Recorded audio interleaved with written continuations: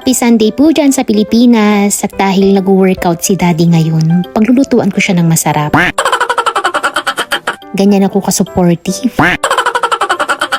Inuna ko na nga maghiwa ng mga sibuyas para makapagisa na nga ako at ang aking lulutuin ay kaldereta. Ganito po pala yung version ko sa pagluluto ng kaldereta. Magigisa nga muna ako ng bawang sibuyas, isusunod ko na rin agad yung baka. Yung part pala na beef na ginamit ko ay beef ribs. Nagbuhos na nga din ako ng 2 basong tubig at nang kumukulo na nga, inalis ko nga muna yung impurities ng baka. Impurities ba ang tawag dyan? Yun kasi narinig ko sa iba. At saka ako naglagay ng beef cubes. Lapit ng mabulok. Kaldereta pala yung naisip kong ulamin namin dahil nga itong mga carrots malapit ng mabulok. Bulok na. Wala na. Oh, bulok na, sira na. Sira na nga yung kalahati ng isang carrots, kaya ang nagamit ko na lang na carrots ay 1 kalahati. Bago ko nga hugasan yung carrots at itong patatas, binilitan ko nga muna sila para isang hugas na. Karaniwan sa kaldereta, piniprito nga muna itong carrots at patatas, pero ako hindi na. Nung malambot na nga itong mga baka, naglagay na nga din ako nitong tomato sauce. Yung nilalagay ko talaga dito sa kaldereta, gusto ko sana yung tomato paste, kaya lang tomato sauce lang yung andito sa bahay, kaya ito na lang yung ginamit ko. Huwag ka nandito ang daddy. Magsabi ka lang. Ha? Huwag kang Pag oo, kasi pag nandito ang asawa, dapat hindi natin kaya lahat mga miha. Yan. Huwag ka nandito ang daddy. Sabihin mo nga sa akin, ha? Ay ng reno. Tapos kanina, habang nagigisa, nakalimutan ko maglagay ng patis. Dapat kanina pa to eh. Pero pwede pa naman yan. Para sana humalo sa karne yung patis. Yan, konti lang, pampalasa. Pagkatapos ng patis, naglagay na nga din ako ng maraming paminta. Yun lang yung nilagay kong pampalasa, patis, paminta at nor cubes. Bell pepper. Bell pepper pala. Yan. Frozen o parang bato. Oy, Carlos, ang gulo mo. Sa bell pepper, hindi talaga ako nabubulukan nito dahil nga pinifreezer ko siya kaya tumatagal siya ng ganyan. Tsaka kahit naka-freezer yan, huhugasan lang tapos madali na siyang hiwain. Ito, i-ref ko yung kalahati. Tig-kalahati lang yung gagamitin ko dahil konti lang naman din yung kaldereta. Oh, meron pang ang natirang tig-kalahati kaya sa susunod kaldereta ulit. Ay hindi, naiisip ko gawin ko na lang yun, isahog ko na lang sa chicken curry. So, lagyan natin ng gochujang para may tawag dito? Para merong medyo angkang. Ayan, ganyan lang.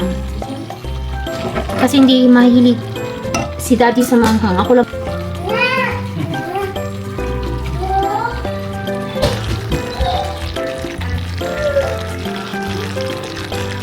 Naisip ko na meron pa pala akong natitirang cheese kaya ayan nilagay ko na nga din lahat. Yung ibang kaldereta nga naglalagay pa nga sila ng gata pero para sa akin yung ganitong luto ay pwedeng-pwede na at masarap na rin.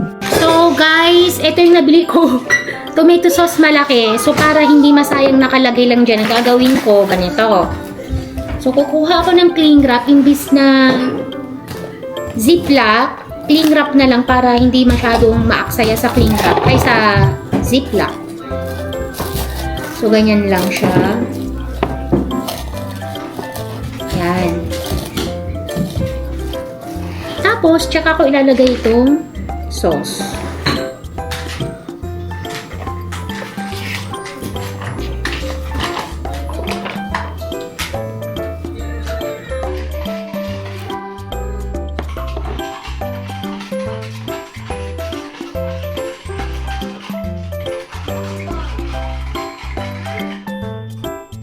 Mahirap palang gamitin yung glass na baso kaya ang ginawa ko, kumuha na lang ako ng tasa at hindi nga din ako nahirapan na alisin yung plastic. So ganito nga yung ginagawa ko sa natirang tomato sauce at i-freezer ko lang yan. Kapag kasi hindi ko ginawa yun, magmo-molds lang yung tomato sauce, masasayang lang. Nang malambot na nga yung carrots at patatas, inilagay ko na nga din itong mga bell pepper tapos konting halo lang at okay na at pwede na nga kaming kumain pagkatapos niyang mag-workout.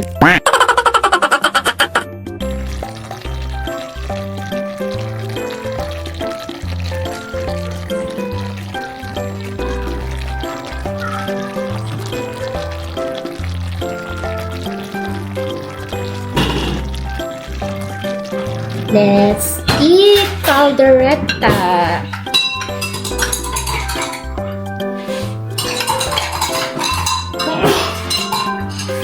$20.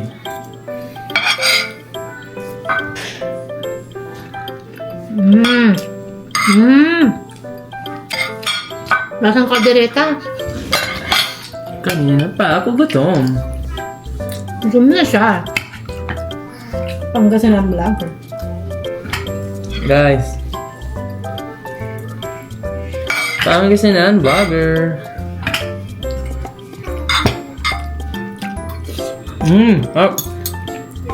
Shirataki rice. Hindi nakaka-guilty. Available yan sa Yellow Basket. Sa aking Black App. Kaya kung gusto nyo, check out na kayo. May nagtatanong dito, yung taga mo. Sayang wala akong dala na pangbenta dito sa Canada. Kasi ang bigat naman. Sayang din yung for personal use ko lang. Pero nabasa ko yung comment ninyo. Sa Pilipinas ko po siya nabili. So sa mga taga Pilipinas na gustong mag-shirataki rice, available yan sa aking Black App sa may Yellow Basket. So hindi nakakagiting kumain ng rice. Dahil 10 calories lang po ang shirataki rice. Kako pa. 10. Per cup. 10 per 100 grams ata yun. Kain muna kami. Bye-bye. Kain.